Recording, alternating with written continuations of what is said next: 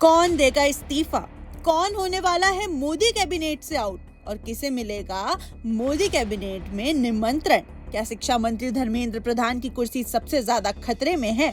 क्या कई बड़े मंत्रियों का मंत्रालय बदलने वाला है या फिर कुछ नेताओं की सरकार से पूरी तरह छुट्टी होने वाली है?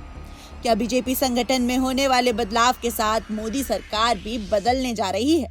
और आखिर के नेताओं के नाम सबसे ज्यादा चर्चा में है? आज की इस रिपोर्ट में हम आपको बताएंगे कि कौन अंदर है, कौन बाहर, किसका विभाग बदल सकता है और मोदी सरकार 3.0 का सबसे बड़ा राजनीतिक समीकरण क्या बनने जा रहा है। देश की राजनीति में इस वक्त सबसे बड़ी चर्चा मोदी कैबिनेट का संभावित फेरबदल है। हालांकि सरकार की तरफ से अभी तक कोई आधिकारिक घोषणा नहीं हुई, लेकिन दिल्ली के सत्ता गलियारों में चर्चा तेज है कि संसद के मानसून सत्र से पहले प्रधानमंत्री नरेंद्र मोदी अपनी टीम में बड़ा बदलाव कर सकते हैं। सूत्रों के अनुसार ये सिर्फ मंत्रिमंडल विस्तार नहीं होगा, बल्कि सरकार और बीजेपी संगठन दोनों में एक बड़ा बदलाव देखने को मिल सकता है। यानी कुछ मंत्री सरकार से बाहर जा सकते हैं, कुछ के मंत्रालय बदल सकते हैं, कुछ नेताओं को संगठन में भेजा जा सकता है और कई नए चेहरे मोदी कैबिनेट में एंट्री ले सकते हैं। अब सबसे बड़ा सवाल कि कौन होने वाला है मोदी कैबिनेट से आउट। अगर सबसे ज्यादा किसी एक नाम की चर्चा है तो वो नाम है शिक्षा मंत्री धर्मेंद्र प्रधान। पिछले कुछ महीनों में शिक्षा मंत्रालय लगातार विवादों में रहा है।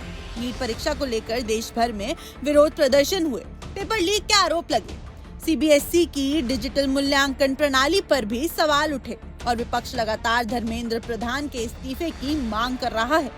इन्हीं विवादों के बीच अब राजनीतिक गलियारों में चर्चा है कि अगर मोदी कैबिनेट में फेरबदल होता है, शिक्षा मंत्रालय में भी बदलाव देखने को मिल सकता है।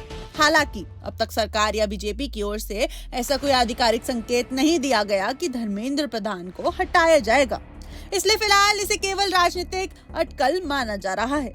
लेकिन धर्मेंद्र प्रधान अकेले नहीं है, ऐसे कई और नाम हैं जिन्हें लेकर भी चर्चाएं तेज है। सूत्रों के मुताबिक सबसे पहले बात करते हैं रवनीत सिंह बिट्टू की।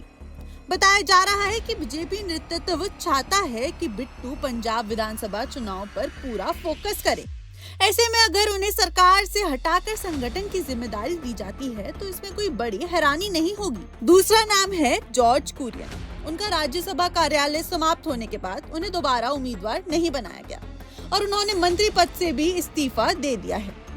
इसके अलावा बीजेपी के एक व्यक्ति एक पद के फॉर्मूले के तहत भी कुछ मंत्रियों की जिम्मेदारियां बदल सकती हैं। यानी जो नेता संगठन और सरकार दोनों जगह जिम्मेदारी निभा रहे हैं, उन्हें एक पद छोड़ना पड़ सकता है।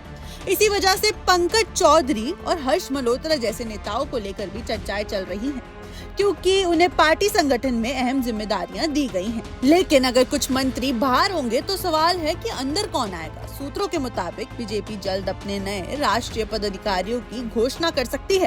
कहा जा रहा है कि इस बार पार्टी युवा चेहरों को ज्यादा जिम्मेदारी देने की तैयारी में है, यानी कुछ संगठन के नेताओं को सीधे मोदी कैबिनेट में जगह मिल सकती है।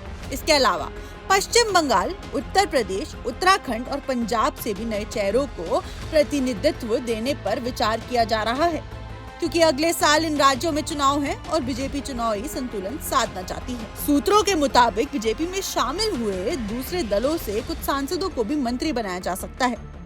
तृणमूल कांग्रेस, शिवसेना के शिंदे गुट और आम आदमी पार्टी छोड़कर बीजेपी में आए कुछ नेताओं के नाम भी चर्चा में बताए जा रहे हैं। हालांकि इनमें से कुछ मामलों में दल बदल कानून और लोकसभा अध्यक्ष के फैसले का भी इंतजार रहेगा, यानी अभी अंतिम फैसला होना बाकी है। अब सवाल आखिर अचानक इतनी चर्चाएं क्यों शुरू हो गई? 23 जून को प्रधानमंत्री नरेंद्र मोदी राष्ट्रपति द्रौपदी मुर्मू से मिले। 2 दिन बाद केंद्रीय गृह मंत्री अंतिम शाह भी राष्ट्र भवन पहुंचे।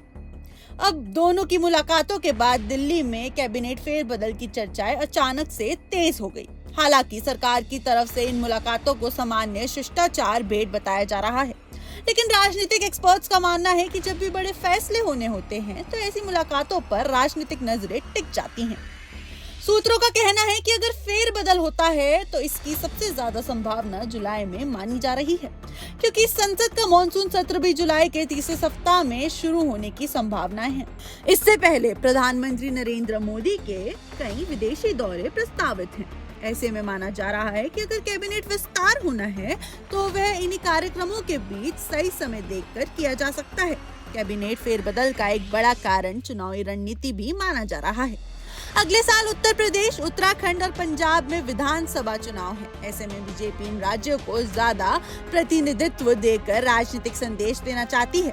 साथ ही जातीय, क्षेत्रीय और सामाजिक संतुलन भी साधने की कोशिश की जा सकती है। यही वजह है कि इस बार सिर्फ चेहरे नहीं बल्कि मंत्रालयों के समीकरण भी बदल सकते हैं। तो कुल मिलाकर दिल्ली में कुछ ऐसी चर्चाएं हैं कि कौन बाहर होगा, कौन अंदर आएगा, किसका विभाग बदलेगा और किसे मिलेगी नई जिम्मेदारियां। लेकिन एक बात तो बिल्कुल साफ है, अभी तक किसी मंत्री के इस्तीफे हटाए जाने या फिर नए मंत्री बनाए जाने की आधिकारिक घोषणा नहीं हुई है।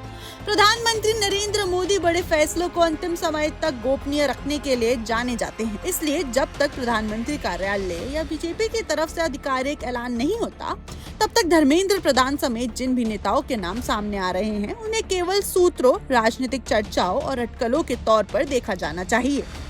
लेकिन अगर ये फेरबदल होता है तो मोदी सरकार 3.0 का ये अब तक सबसे बड़ा राजनीतिक रीसेट साबित हो सकता है। आपकी इस पर क्या राय है? आप क्या सोचते हैं? हमें जरूर बताएं। आप देख रहे हैं वन इंडिया हिंदी।